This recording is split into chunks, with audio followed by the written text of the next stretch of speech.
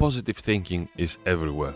Scroll through Instagram or pick up a self-help book and you will be told that if you just think positive, your problems will disappear. Celebrities, influencers, and life coaches all swear it's the secret to success, and they make it sound effortless. But for many of us, especially those carrying trauma or working in high-risk jobs like in the trades, that advice rings hollow. Why positive thinking isn't always helpful. Hello, this is George, a counselor and psychotherapist. Welcome to Unspoken. In this channel, I talk about men's mental health, fatherhood, grief and loss, and religious trauma. If you are new here, please consider subscribing. I have always had a knack for spotting what's wrong, whether it's in a conversation, a situation, or a workspace. My brain zeroes in on danger or imbalances. That's not because I'm negative for the sake of it. It's partially trauma, I have learned to scan for threats to stay safe, and partially it's my trade. I'm a trained electrician. Risk assessing isn't optional, it's life-saving. If something goes wrong, people can get hurt. I have spent years wired, literally and emotionally, to look for the worst-case scenario.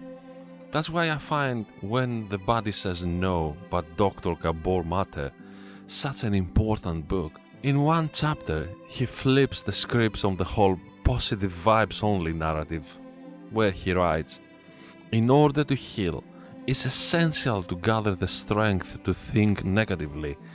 It is a willingness to consider what is not working, what is not in balance, what have I ignored, what is my body says no to."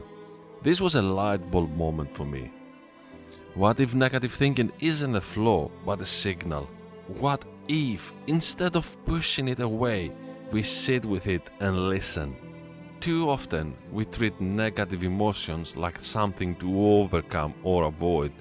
But what if they are showing us something important? When we are willing to ask what's not working, we open the door to real change. We become honest about our stress, our pain, our limits, and only then we can do something about them. This isn't about becoming cynical or wallowing in misery. It's about looking at your life with clear eyes. What's out of balance? Where are you pretending everything's fine where it isn't? Counselling is one way we start to explore those questions.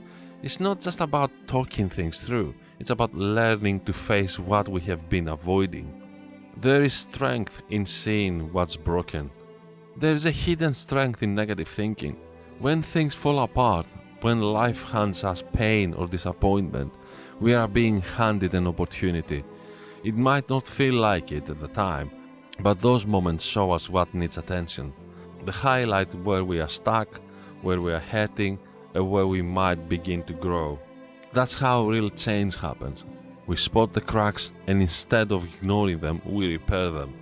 Or you knock the whole wall down and build something stronger. That's not weakness, that's resilience. Negative thinking can also deepen emotional intelligence. When we stop trying to put a positive spin on everything, we can better process grief, anger, and sadness. We stop gaslighting ourselves. We begin to hear what our bodies, minds, and hearts are really saying.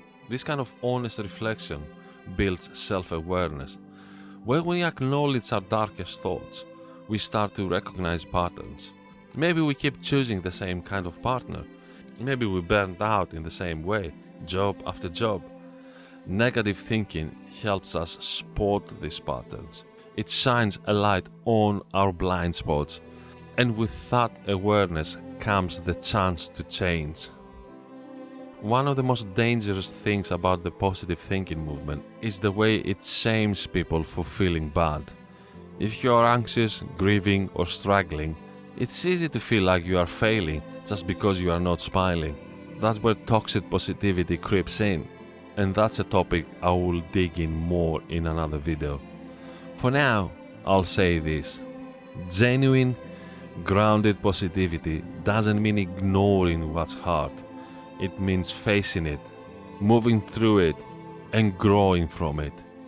To do that, we need the full picture, the good and the bad. True healing starts when we stop pretending everything's fine. Only then we can begin to do something about it.